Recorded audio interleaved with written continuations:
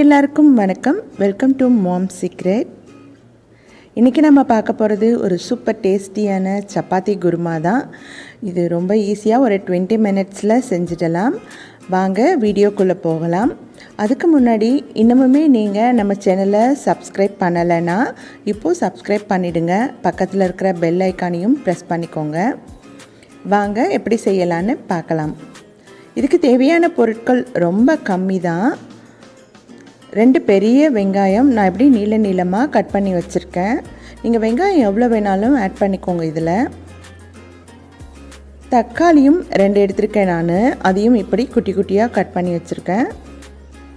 நம்ம இந்த டிஷ்க்கு வேறு எந்த மசாலா பொருளும் சேர்க்குறதில்ல. காரத்துக்கு பச்சை மிளகாய் மட்டும்தான். ஸோ உங்கள் குடும்பத்தில் எவ்வளோ காரம் சாப்பிடுவாங்களோ அதுக்கு தகுந்த மாதிரி பச்சை மிளகாய் எடுத்துக்கோங்க.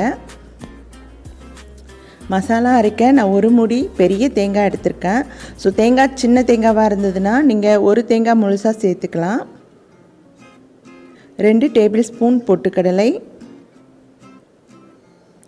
2 ஸ்பூன் பெருஞ்சீரகம்,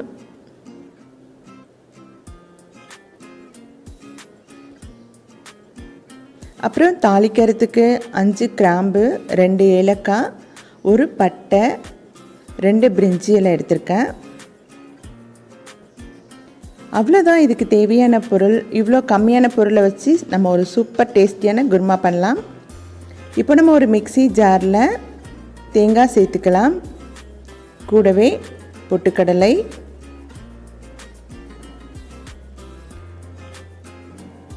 பெருஞ்சீரகம் சேர்த்து இப்படி ஒரு ஃபைன் பேஸ்ட்டாக அரைச்சி எடுத்து தனியாக வச்சுக்கலாம். இப்போ கடாயில் எண்ணெய் சேர்த்துக்கோங்க. கூடவே 2 ஸ்பூன் நான் நெய் சேர்த்துக்கிறேன். ஏன்னா நெய் இந்த டிஷ்க்கு ஒரு சூப்பரான ரிச் ஸ்மெல்லும் டேஸ்ட்டும் கொடுக்கும். இப்போ மசாலா பொருள்லாம் நம்ம சேர்த்து கொஞ்சமாக வறுத்துக்கலாம்.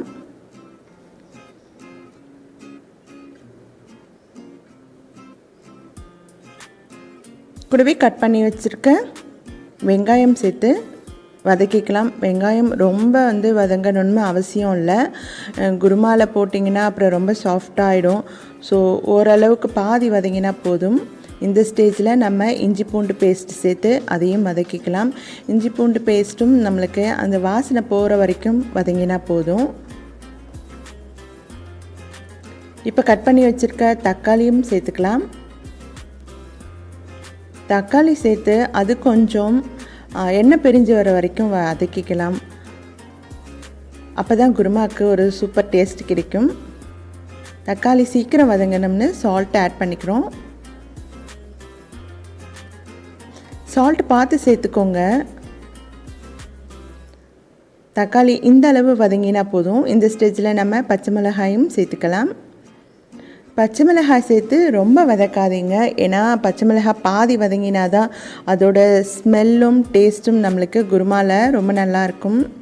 நல்லா வதங்கிடுச்சுன்னா பச்சை மிளகாவோட அந்த டேஸ்ட் கிடைக்காது நமக்கு.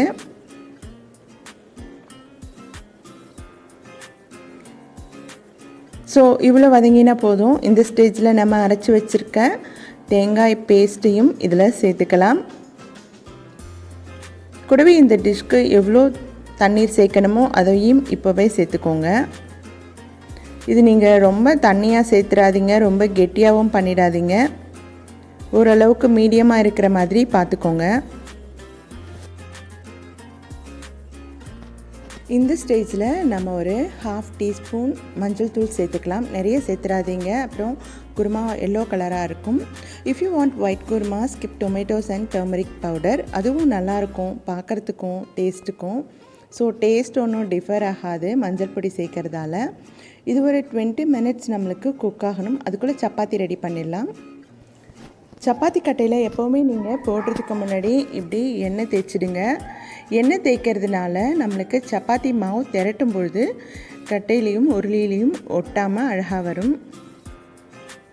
ட்ரை பண்ணி பாருங்கள். நீங்கள் கொஞ்சமாக மாவு எடுத்து இப்படி உருட்டிக்கலாம். நான் எப்போவும் சப்பாத்தி மாவில் கொஞ்சம் ஜீரகமும் 2 சிட்டிகை ஓமமும் கலந்து தான் பிசைஞ்சிப்பேன். ஏன்னா அது நம்மளுக்கு ஈஸி டைஜஷன் ஆக ஹெல்ப் பண்ணும். இன்னொன்று, நீங்கள் ஒரு 4-5 சப்பாத்தி சாப்பிட்டாலும் ஹெவியாக இருக்க மாதிரி தெரியாது, லைட்டாக இருக்கும். அதனால தான் நீங்கள் சப்பாத்தி இப்படி திரட்டினதும் இதில் நீங்கள் ஒரு 2 டிராப் எண்ணெய் விட்டு சப்பாத்தியில் நல்லா தேய்ச்சிட்டு மடிச்சுக்கோங்க.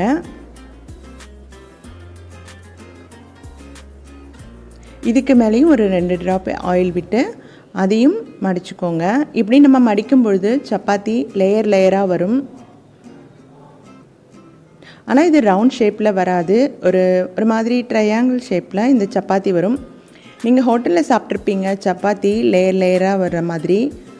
ஸோ அந்த மாதிரி இருக்கும், ரொம்ப நல்லாயிருக்கும். ட்ரை பண்ணி பாருங்கள். நீங்கள் எண்ணெய்க்கு பதிலாக நெய் கூட இதில் சேர்த்துக்கலாம். நெய் சேர்த்திங்கன்னா இன்னும் கூட டேஸ்ட்டாக இருக்கும்.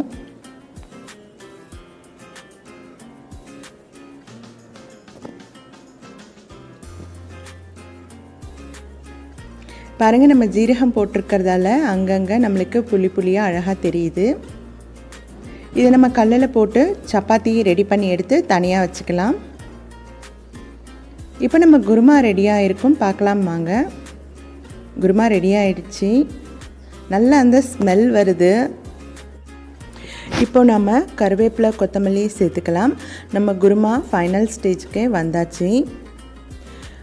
இது ப்ளைனாக தான் இருக்கும், ஆனால் ரொம்ப டேஸ்ட்டாக இருக்கும். உங்களுக்கு வேணும்னா you can add any vegetables, potatoes, mushrooms, cauliflower இப்படி சேர்த்துக்கோங்க.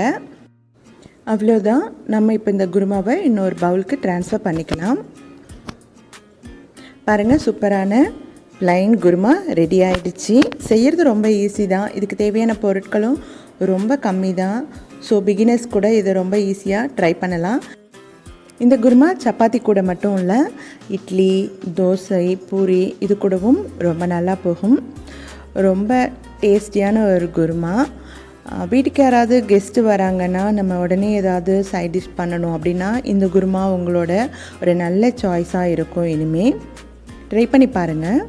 நிஜமாகவே இந்த வீடியோ உங்களுக்கு பிடிச்சிருந்துச்சுன்னா நீங்கள் நம்ம சேனலை சப்ஸ்கிரைப் பண்ணிவிட்டு இந்த வீடியோவை லைக் பண்ணுங்கள். உங்களோட அபிப்பிராயத்தை கமெண்ட்ஸில் சொல்லுங்கள். உங்கள் வாழ்வில் சுவையும் மனமும் பெருகட்டும். தேங்க்யூ.